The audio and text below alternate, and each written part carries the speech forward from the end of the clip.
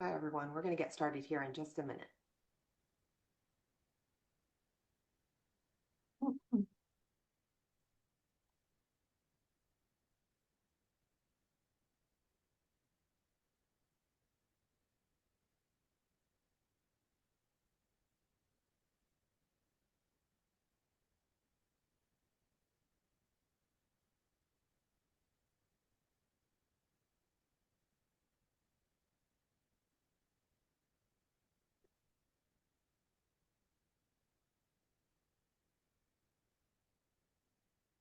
Thank you for joining us this evening. We're going to get started in just a few minutes. Well, actually, in a few seconds. I'm just giving some time for some people to join, and then we'll get started.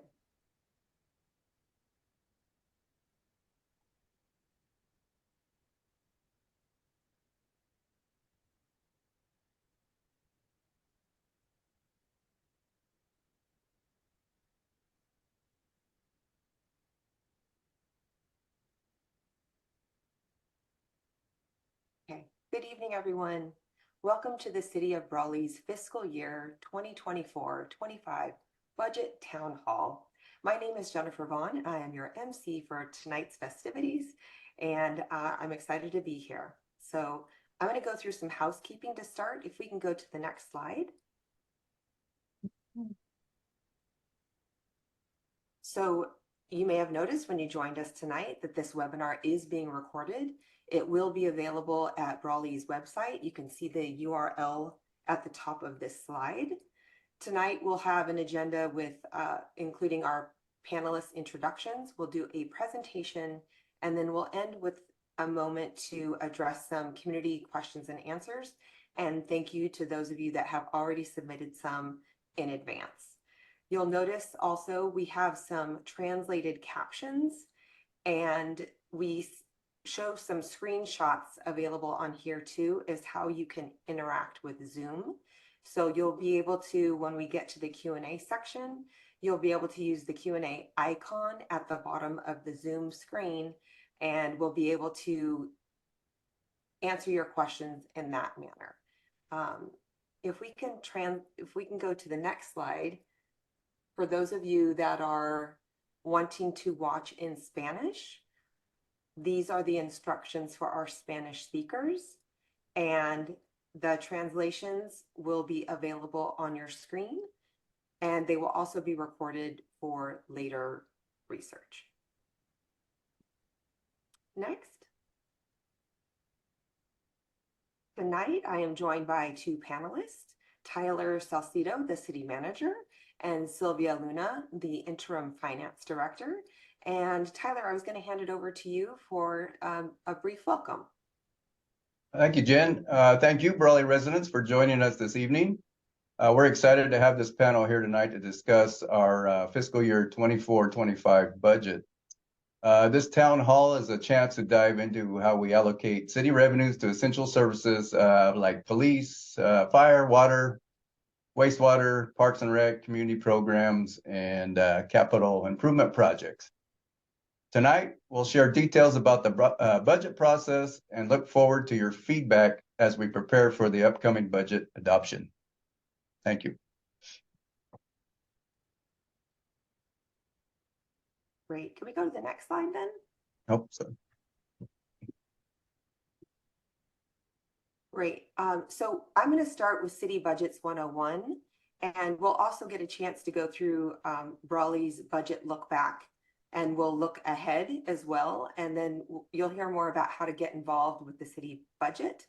And then we'll get to the Q&A. Thank you for getting to that slide. Okay, next slide for City Budgets 101. And then we can go to one more. So you may or may not already know that city budgets connect people with the services they need and want. And you can see by the pictures here, it's the parks in the neighborhood, public safety, whether it be police or fire, of course, recreation, and then the streets. Those are just some examples. If you go to the next slide, we have a little more examples because not all of the services that you receive are covered by the city. As I mentioned earlier, the streets, libraries, parks, water, police, and fire are just some of the examples of the services that you'll receive from the city.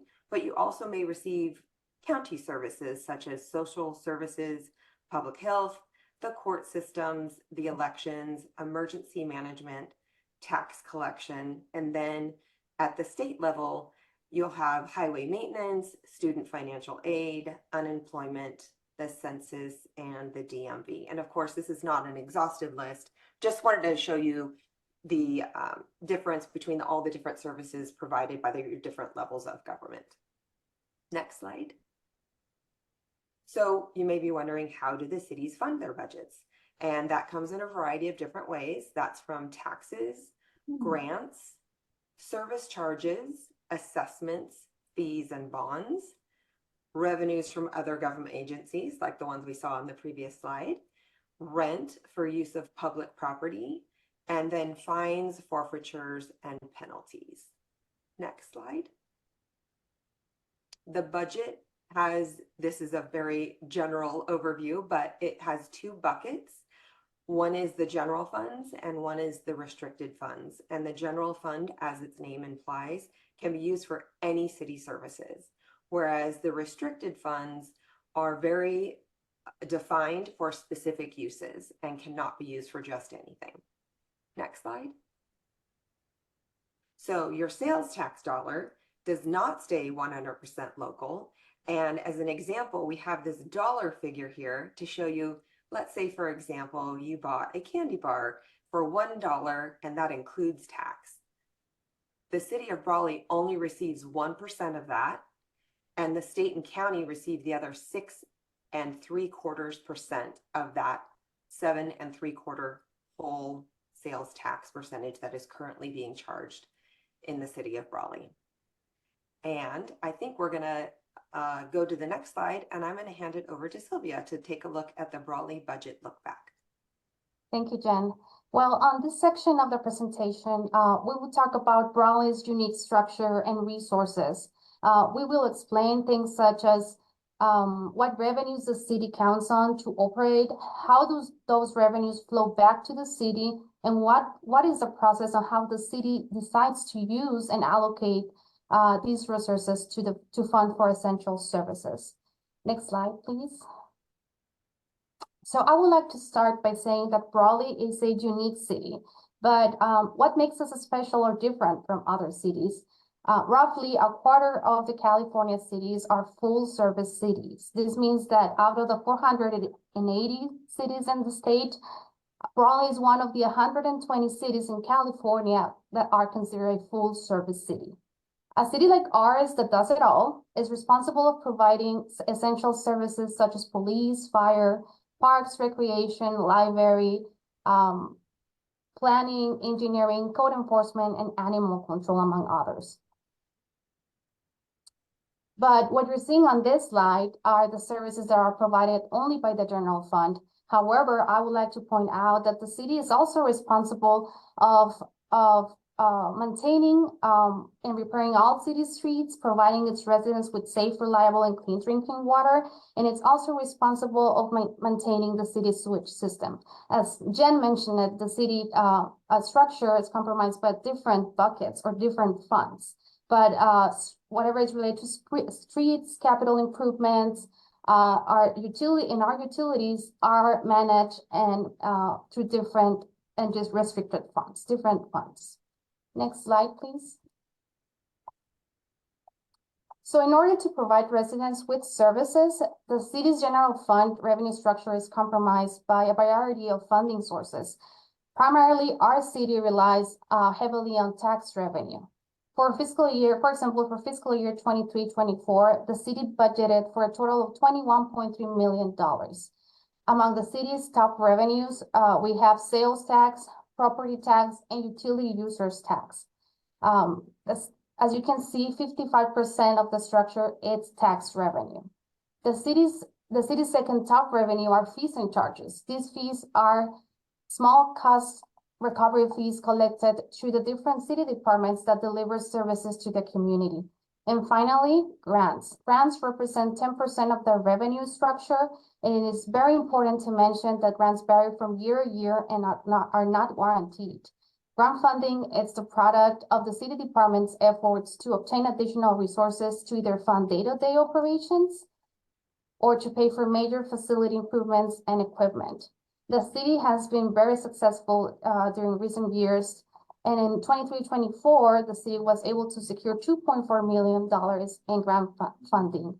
The vast majority of this is one-time funding, and few of these grants are multi-year grants, which means once these funds are used, the city will need to use its own resources. Also, as a consideration, state and federal grant programs are becoming more challenging to obtain, and most of them have demographic and population requirements, which sometimes our city does not meet. Another consideration about grants is that some of these grants required city match or contributions, and sometimes the city is not able to afford that or participate with that contributions, so that sometimes leads the city to not participate on that grant application. And finally, sometimes these grants are available for 1, 2, or 3 years, and then they are terminated or repurposed as a product of decisions at the state or federal level. So as part of some of the comments, our city tax revenue is strong, but it's not very diversified. Our fees and charges were designed many years ago and no longer consider the years of increased cost as product of inflation and state unfunded mandates. And also our ability to secure grants, it's becoming more challenging year over year. Next slide, please. I think this is a very good slide that can help us understand how much of those taxes flow back to the city. There is a general misconception that 100% of taxes are allocated back to the city's bank account, but in reality, the city of Brawley only gets a portion of the tax collected. For example, the city only collects 22% or 20 cents on the dollar from property taxes. The rest of the tax gets distributed to the school districts, county, the libraries, and public safety. On the sales tax, the city only collects 1% of the 7.75% rate. The state keeps 6%, and the Imperial County Transportation Commission keeps the 0.75 cents. Our top 3 tax revenue is the utility users tax that contributes annually to our general fund with $2.5 million to fund for essential services. This is the only local tax that the city receives 100% back to its bank account, and that it's 100% supported by our residents. Next slide, please. Looking a little bit more into our tax rates and the trends, this slide is a comparison of the current different tax rates compared to our neighboring cities in the valley. As you can see, Brawley is among the cities with the lowest rates for both sales tax and hotel tax. If we compare our sales tax to El Centro or Coachella, Brawley has room to increase its sales tax and hotel tax as well, just to level up with the other cities in the valley. Next slides, please. So that was a little bit about the revenues, but talking about expenses. When we talk about expenses, I definitely consider that it's extremely important to mention our budget process and how the city's budget process is one of the most important processes where input from city staff, management, council, and the public is needed to build a realistic, reliable, and meaningful budget. The mission in particular of our city's budget is to prioritize transparency and accountability, ensure all budget decisions are legal and ethical, maintain reasonable reserves, support short and long-term decision-making, and I think most importantly, our budget needs to truly communicate and reflect our community's needs and priorities. So therefore, the city administration decisions on how to allocate the funding to each of the departments that provide these essential services. It's an ongoing communication process between city staff and its residents. This communication process happens during council meetings, budget study sessions, town halls like the one we are hosting today, direct requests from that are addressed to staff, which are later discussed and analyzed by city staff. No idea or request goes unheard. City departments maintain an ongoing list of needs and priorities, and that are revisited multiple times during the year when opportunities arise. Either it's grant funding that becomes available or savings on a different bucket of our general fund budget. These processes truly allow the city staff and council to determine when and how can a request become a reality. Decisions to reduce or increase funding are never easy, but are always made with the best intentions, which is to provide essential services to all or as many Brawley residents as possible. For example, for our fiscal year 23-24 budget, the city's budget was $21.5 million. 50% of that budget is allocated to our public safety departments and 20% to our recreational departments, such as parks, recreation, and library. The story is that city revenues levels rarely align to its level of expenditures. If we do the math per resident, revenues are short $15.02 per resident. Our projections continue to show that in the upcoming years, the gap between the level of revenue and expenses will continue to grow to concerning levels. This is why city staff is proactively looking for ideas and solutions to try to reduce the gap as much as possible now to avoid drastic impacts to the city services later. And now I will leave you with our city manager, Tyler Salcido, who will speak more about how is the future looking for the city of Raleigh and what are the most pressing challenges. Thank you. Thank you, Sylvia. Very detailed as usual. Looking ahead, we can jump to the next slide, please. As we prepare to discuss the future of our city leading up to 2034, let's take a look at a brief overview of some of the key projections and future challenges that will be influencing Brawley's development. Next slide. First, let's talk about our community's desires as reflected in our recent survey. Some of the findings of the residents' top priorities are maintaining existing programs and services. It's important for us to keep providing the high quality services our community depends on. This means making sure all our current programs, like those for our kids and seniors, keep running as they are. And also these services are more than just extras. They're crucial to our everyday lives, helping everyone in our community to stay well and grow. Also in the survey, investing in both the program and service expansion was very important to the public, and specifically as it relates to one item of public safety. Putting money into public safety is about more than just keeping things in order. It's about making sure everyone in our community feels safe and protected. Improving our 911 emergency response systems is really important to the community to make sure help is always ready when someone calls, whether it's for fire, medical issue, or if they need the police. Retaining police officers was a very important priority for our community. Our police are essential for our community safety. It's important to keep experienced officers to ensure steady and effective law enforcement. By giving them fair pay, regular training, and support, we can continue to build a police culture that is well integrated and respected within the community. Repairing roads and streets. Maintaining our streets is essential. It boosts safety, efficiency, and the economic well-being of our city. By putting resources into street repairs, we can decrease vehicle damage, minimize accidents, and enhance the overall quality of life by providing smooth and safe routes for both our businesses and the residents. Lastly, another high priority from our survey, it was the supporting of local small businesses and jobs.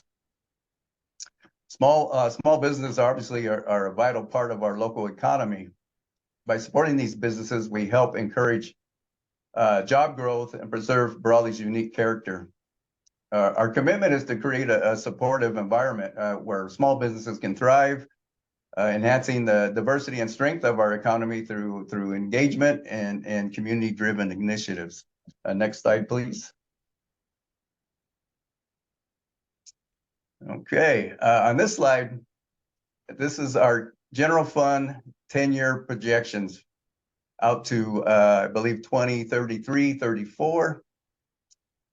What you're seeing here is a clear trend where our expenses are rising faster than our income. If we don't tackle this issue head on, it could seriously harm our city's finances. The growing trend where our expenses outpace our income could have severe consequences for our city's financial health. Since we understand the reasons behind the imbalance, our focus is on implementing effective strategies to manage and mitigate these issues to prevent long-term financial difficulties. Excuse me there. We're facing an expected shortfall every year for the next decade, averaging about $1.85 million through the fiscal year 2033-34. What does this mean? Well, it means we might have to cut back on important services, delay projects, and it could lower the quality of life for our community. We need to talk about how to handle this shortfall, whether by increasing income or adjusting our budget or looking for new ways to get money. With these numbers in mind, we need to rethink our financial plans to make sure they're sustainable in the long run. We could carefully review how we budget, how we spend, and where our money comes from. Now's the time to think about new financial solutions. Like partnerships between the public and private sectors, grants, and other unusual funding sources to keep our finances balanced without cutting the services our community relies on. Next slide, please. General fund 10-year projection, slide 2. This graph here shows the city's general fund reserves. Think savings account or a rating day fund for the city of Brawley. That's what reserves mean. It's concerning that our reserves might run out by 2028, as you see on this graph, signaling we need to act fast. Running out of reserves would mean we can't handle emergencies or any sudden financial problems that may pop up or invest in very important community projects. Our financial health is on the line here, so we can continue to take strong steps to avoid this. We must. We need to continuously rethink how we spend, make better use of our resources, and find new ways to continue to build up our reserves. The possibility of our reserves being gone in 5 years shows how critical it is to come up with and put in place effective financial solutions quickly. We need to continue to thoroughly review our budget, as mentioned before, cut or stop spending on things that are not essential, and come up with creative ways to save, to make more money and save. This could mean considering new taxes, adding new fees for certain city services, and definitely doubling our efforts for chasing state and federal grants. To stop our reserves from running out as predicted, we need careful and strategic long-term financial planning. This means making budget plans for multiple years that are not just realistic, but also adapt to changes in the economy. We should encourage a continued culture of careful spending where every dollar is closely watched for its impact and value to the community. Being open with and involving the community in budget decisions is also key to the process. Next slide, please.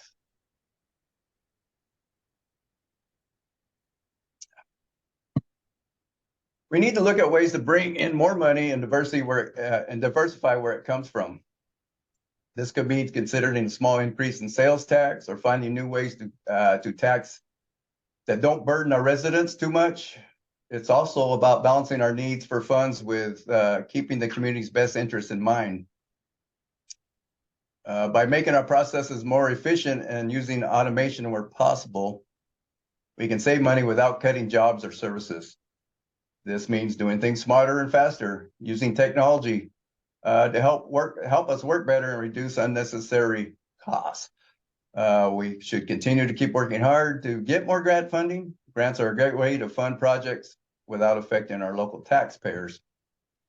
This means being proactive and finding and applying for grants that can support various city initiatives.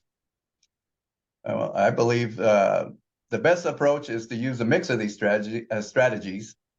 We want to, by increasing revenues, improving our processes, and getting more grants, as mentioned, we can tackle our financial challenges without reducing our workforce or cutting back on the programs that matter to our community. Next slide, please. The road ahead, what's next? Well, we're currently working on the budget for this fiscal year, upcoming 24-25. This is our chance to plan wisely, ensuring that we continue to fund all the necessary programs and services that make Brawley a great place to live. We're looking at how we spend and earn money to keep everything balanced and sustainable. We're also evaluating our big spending on things like streets, facilities, and infrastructure. It's important to invest in these areas to keep our city functioning well and to improve where we can. This helps us ensure that we're using our funds effectively to benefit the whole community. This is a key time for us to shape Brawley's future. By making smart decisions now, we can create a city that continues to thrive and grow. We focused on finding opportunities that make positive changes and improvements. There are many new chances out there for us to innovate and work together in ways we haven't before. By keeping open to these opportunities, we can find creative solutions to enhance our city and make this an even better place. We have a lot of potential to do things differently and better by working together. By encouraging new ideas and partnerships, we can discover innovative ways to enhance our services and community engagement. We keep a close eye on our money coming in and going out to stay on track. This helps us make adjustments as needed and ensures that we're always in the best financial position possible. We're continuing to seek grant funding to support our many projects and programs. This is a way to get extra resources without putting more pressure on our local budget, allowing us to do more for our community.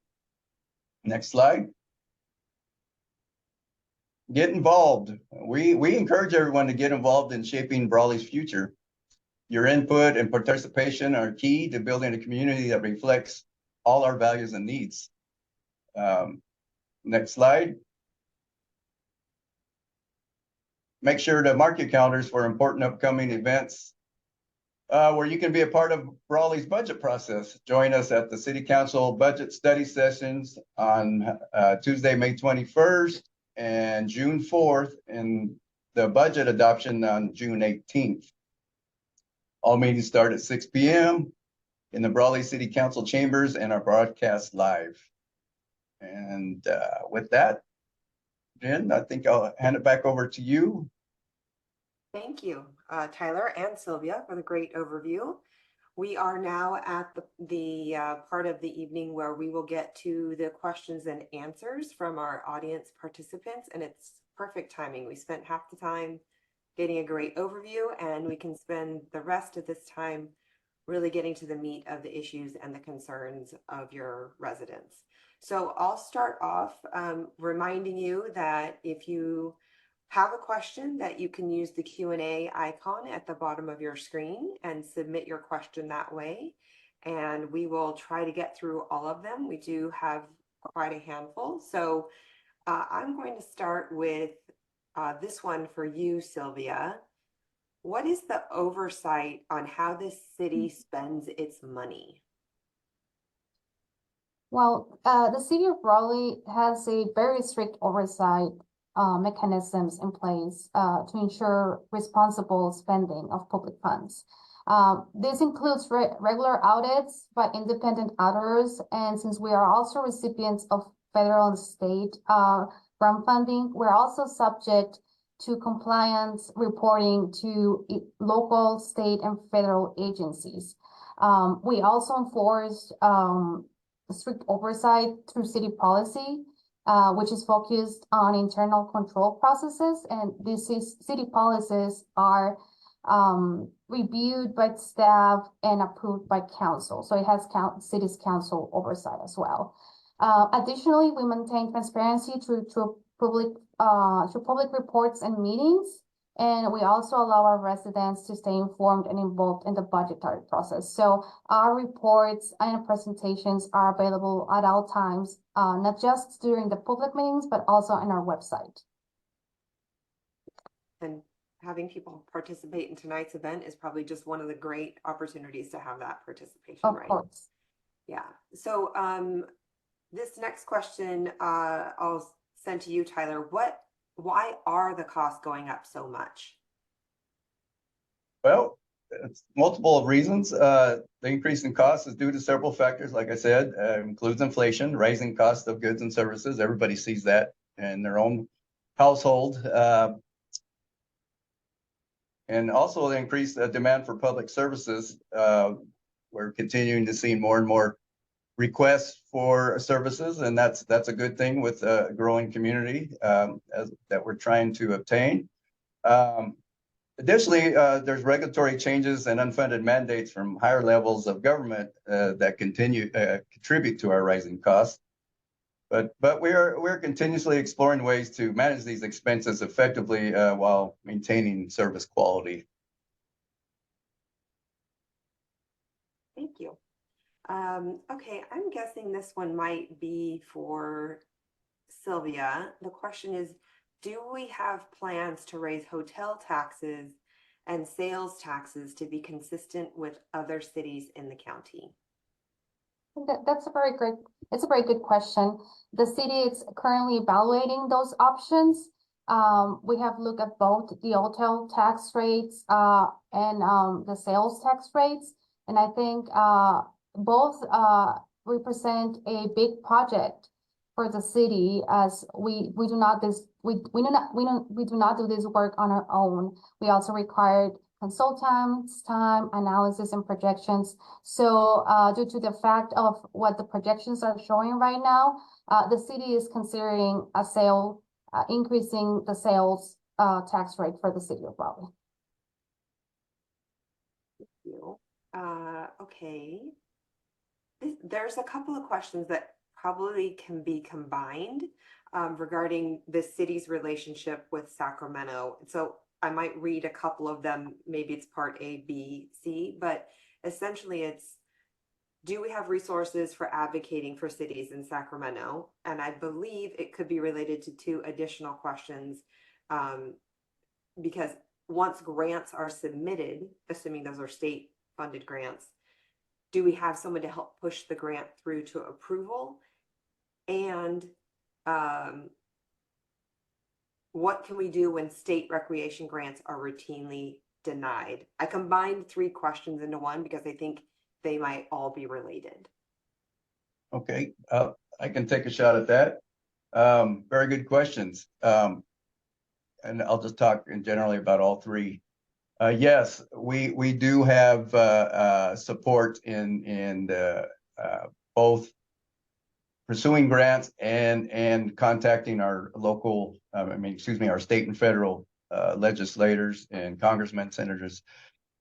We use Townsend, is there a fly here? Townsend Public Affairs. They're our lobbyist firms, and they've been very helpful with us on numerous potential opportunities. We're in constant engagement with both the Townsend folks and our representatives, both at the state and federal. With Townsend, we've met with Senator Butler, Congressman Reese, Assemblymember Garcia, and others. So what that is our resource. I'm losing track of the questions here. We're advocating for cities in Sacramento. They're both help us with the federal and state. What can we do when state recreation grants are routinely denied? I believe was the other question. And if I didn't answer one of them, please let me know. I'll get back to that. But what can we do is learn from our mistakes, engage our lobbyists, our representatives on a more frequent level, both before applying, during the application, and after. We were kind of flying by our seat of our pants without any help, But since then, we've engaged a couple of consulting firms along with our lobbyist firm who has a grant writing resource. So we're hopeful that we're going to be, while it's very competitive, as Sylvia had pointed out, it's we're hoping to be somewhat successful. And if I could just give an example, Congressman Reese has pushed forward a project of about $2.5 million for Main Street repair and water rehabilitation program project from Eastern to Best Road. And I think it was last week, his office had notified us that we're in the final 15. So I would say that our efforts and our lobbyists that represent us are having some positive effects. It's a long-winded answer. Did I miss one there of any of Got those? them all. In fact, you led into another question that's here. I think you semi-touched on it, but when will the city streets be fixed was one of the questions. Oh, yeah, that's a question we get quite a bit. We do understand the street maintenance is a high priority for our residents. The city, we're currently working on a comprehensive plan to address street repairs and improvements. Just our last council meeting on, I believe that was May 7th, City Council approved a street evaluation system to be conducted by an engineering firm. This is going to take all 87 miles plus of our streets within the city limits and figure out in what shape of disrepair they're in, and how do we globally attack all of these repairs or rehabs or maintenance to extend the life on those streets. You know, we can't fix all the streets at once, but we are committed to making steady progress, and we'll keep the community informed about upcoming projects and timelines. Maybe if I could, I'd like to just briefly name off a few of the streets we've tackled here in the last year. Legion Road from Highway 86 to Western Avenue is completed, $1.1 million. Western Avenue from Wildcat Drive to Legion Road was $2.2 million. That was completed in November. Wildcat Drive, new construction from Western Avenue to Dogwood. Is about $4 million. That's going to be nearly complete. Should be completed by December of this year. Currently, it's a 2-lane, but it's going to, upon completion, it's going to be 4-lane. That's just to name a couple. Of course, the big one out there, the Main Street project that we started there with on First Street that will go all the way to Eastern. That project is over $12 million. So when we have the resources, we're getting after it.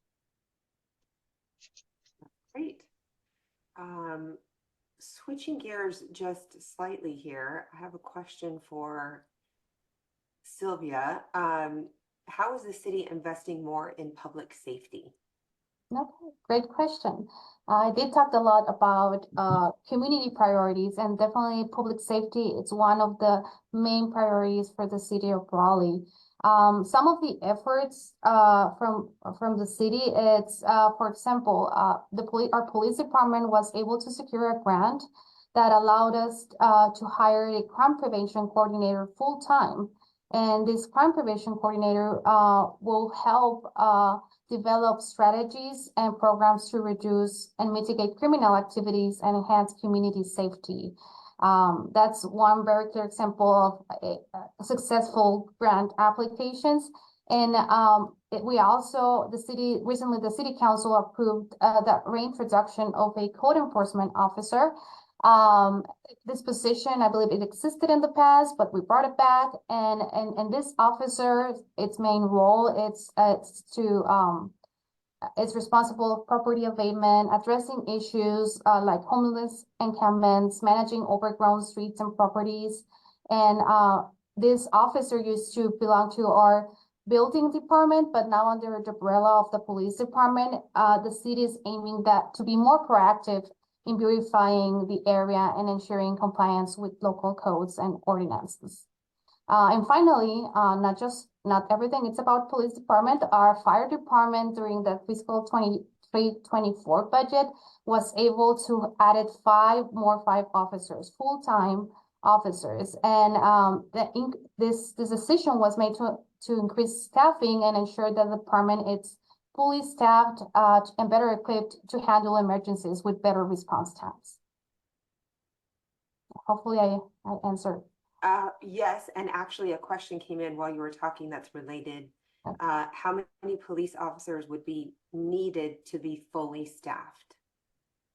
So our approved budget for 23-24 included 47. Currently we're potentially looking in fiscal year 24-25 to up to 49. Not all of them, of course, they're not officers. It's a combination of, I think we have 23 sworn officers and then dispatchers and community service officers. But I think that's a really good question for our police chief. And I think the focus it's right now it's secure grant funding to continue to either partially fund for officers or try to fund them internally. But I think the police department has been really aggressive about securing more officers. And just to mention, the police department, our officers, sworn or non-sworn, are trying to do not just focus on public safety, but they're also focusing on education, on our youth, on implementing programs. So I think we're never going to have enough officers. Either it's public safety, education, community outreach, graffiti abatement, animal control, code enforcement. I think our police department is doing a wonderful job on creating and going very aggressively through after those grants and after also agreements with our local schools and local agencies. So if I may add a little bit on that one, Jen.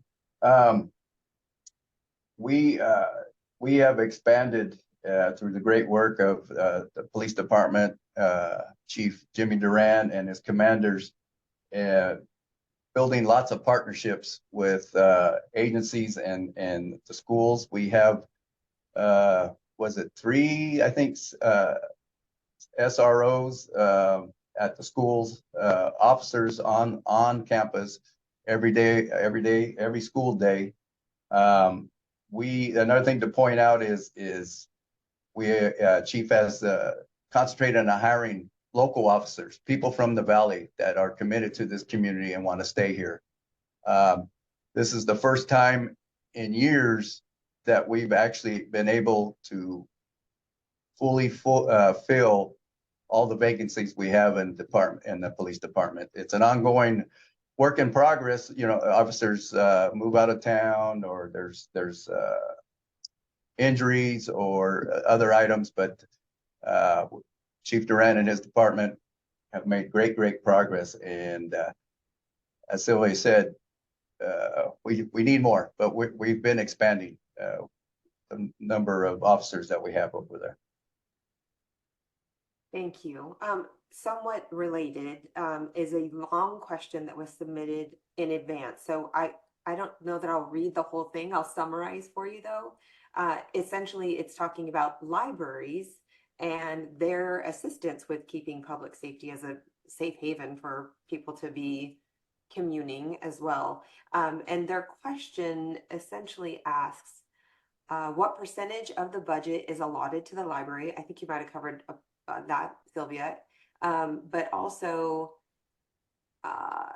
the city of Brawley was informed that the Lions Center will not be open this summer season, and the suggestion that the library would be another opportunity for families to have a place to go. And let me see if there's a question somewhere in here.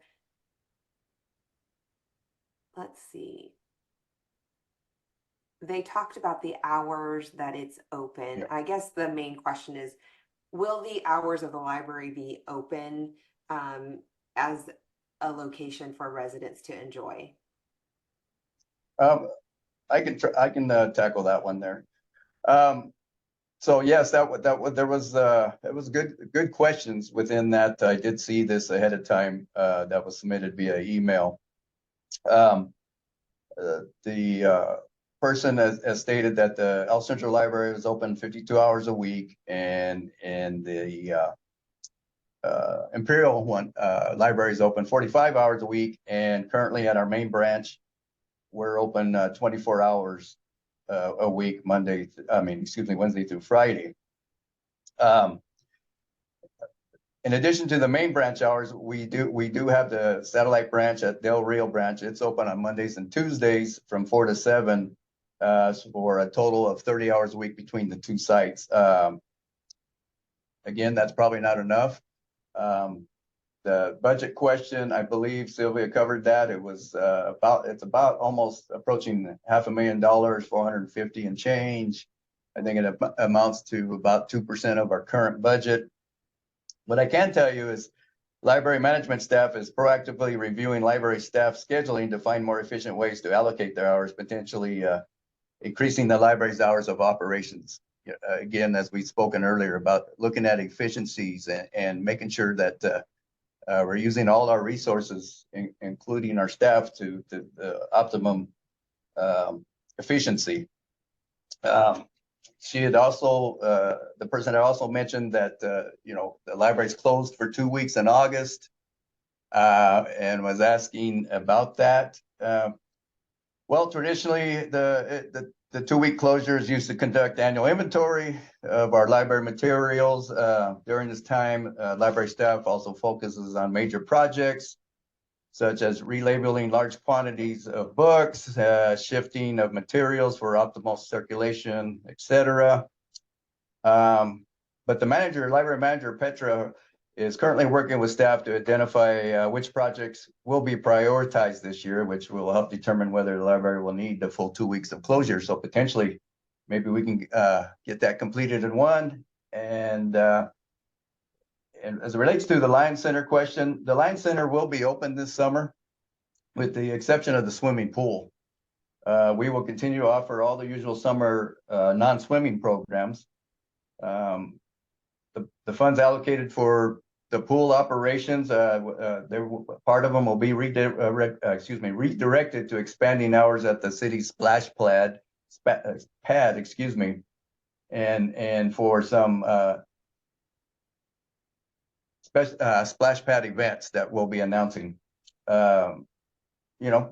can also explore the possibility of transferring some of those pool funds to extend library hours during the upcoming summer, to offer some programs for our youth to get out of the heat. As we were well aware around here, the summers do get warm. And I think I've answered most of those questions there, so on that one. Great. Well, here's a total turn of a question from libraries. But the question is, are there plans in the near future to invest or invite the cannabis industry into Brawley? And would that help taxes paid to the city? Well, I'm gonna try that one too. I would say staff has not been given direction on any looking into the future of investing or inviting cannabis industry in Brawley. I know some years back, the public had spoken to the council, and it was determined at that time that that wasn't an avenue that the city wanted to go down. So at this point, short answer is no, that we are not considering that. Okay. I have several questions kind of all along the same theme here. So I'm going to combine them all into one question, which may end up taking the rest of our time because I think it's a big one. Essentially, it's how do you plan for preventing further deficit? Is there a plan to raise fees for city services? And kind of like, where are we falling short in the general fund revenue? And how are we going to solve that problem is basically the question. Well, Sylvia, maybe we can tag team it. I'll start.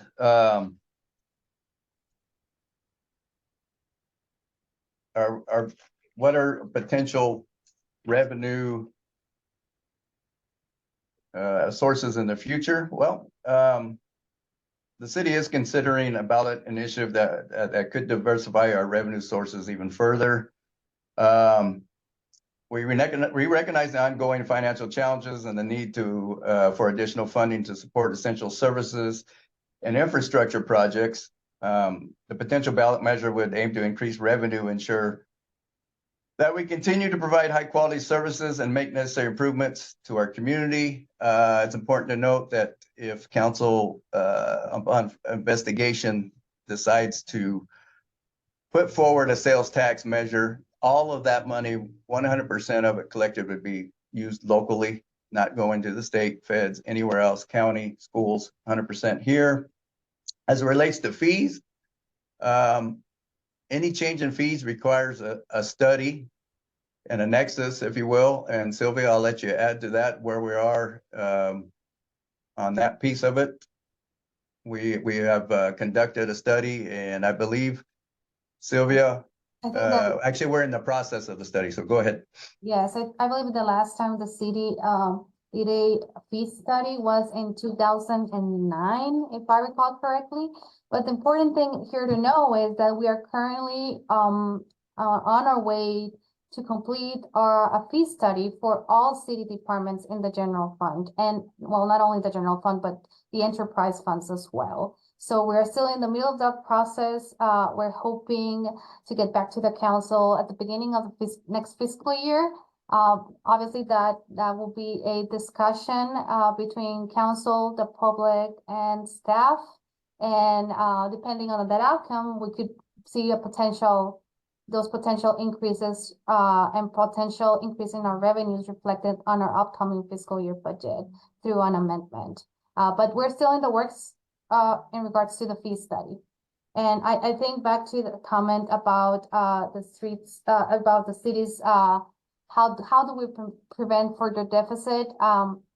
This is constant, requires constant work, right? I think what we're seeing is that the pace and level of expenditures is not keeping up with the level of revenues that we are receiving. So we either need to diversify more our revenues, that involves our tax revenues, but we also, as Tyler mentioned, we need to do a combination of efforts, right? It's not just asking for more funds, but it's also working more efficiently, automating processes, outsourcing processes. So the city is looking at all the avenues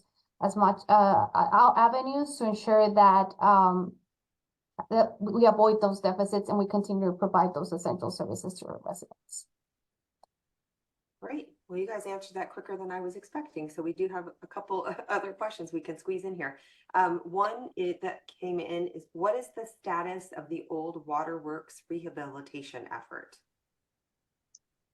Currently, we're waiting to on some studies to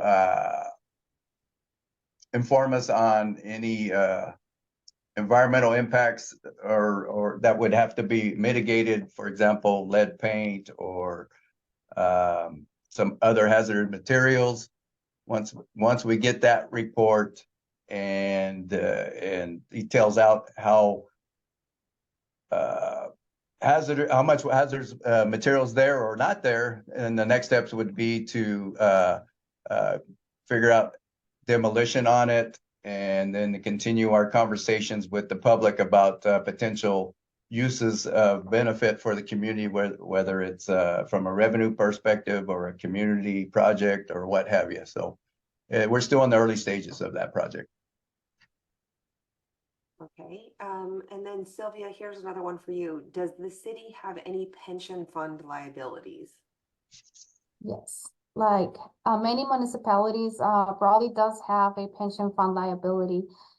Just to give residents an idea of how much that costs annually to the city, our pension for the unfunded liability averages in 1.1 million a year. So it takes a great portion of our general fund resources. But we are actively managing these liabilities through strategic planning, working with our pension consulting firms. That way we ensure long-term sustainability. Again, our goal is to fulfill our obligations to our employees, but while maintaining a fiscal responsibility. Thank you. And I think this can be our last question, and it's for you, Tyler. What is the city doing with the money allocated for parks? Okay, what are we doing with the money allocated for parks? Well, a bunch. Constant maintenance. The city allocates a significant portion of the budget towards the regular upkeep of park grounds, facilities and equipment. This includes landscaping, cleaning and repairing amenities to make sure the parks are safe and enjoyable for everyone. We're developing a couple of one example of some fields for the community with partially funded through a Major League Baseball grant. A new T-ball field down at Pat Williams Park that will provide much needed playing fields for the younger youth for baseball. We are also looking to upgrade some of the park facilities we have. And one example would be Meserve Park, with the tennis courts. There's been a lot of desire from our residents for potential pickleball courts. Well, we're looking at rehabbing those parks, and it's in the early planning stages, and that will be a private-public partnership. So we're really looking forward to that. As more information comes out, we'll keep everybody posted. And lastly, there's always a need in the community for more park space. We're overbooked. We're overbooked with soccer, softball, baseball, all kinds of outdoor youth leagues. So what we're doing is we're talking to developers for more park space in any new subdivision. We're working closely with developers to ensure that the new subdivisions include some planned park spaces. Our newest area would be over at the Latigo Ranch or Latigo Ranch, however you want to pronounce that. There's a brand new half-court basketball with some nice basketball court with some playgrounds, playground equipment, and just to the south of there is a huge. We took the opportunity to use the retention basin to create some soccer field space, because as I said before, we're always in need of more space. So those are just some of the things we're doing to address parks and rec. Wonderful. Thank you so much. That was probably the last question we had time for. So actually, if we can go back one slide, I want to remind the participants where they can find more information. Thank you. So you have some upcoming events, starting with next week, the City Council Budget Study Session, followed by a second one on June 4th. And then the City Council Budget Adoption takes place on June 18th. And as a reminder, the city has a dedicated website, all budget, all the time. So if for some reason, if your question was not answered tonight, please make sure you go check out the website. The other opportunity for you to get involved is to sign up for the community emails. That'll be two of the best ways to stay informed on what's going on with the budget. So I'm going to hand it back over to Tyler to have the final word for tonight. Thank you, Jen, and thank you, audience. Thank you again. I truly appreciate this community's partnership. It's greatly appreciated and necessary to ensure that we have a very vibrant and inclusive budget. As a reminder, this process coordinates the allocation of our city revenues to essential services. You showing up and participating in the ensuing is ensuring a better Brawley for all. Again, thank you for being with us tonight.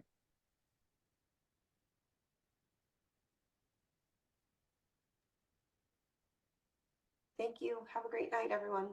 Thank you. Good night.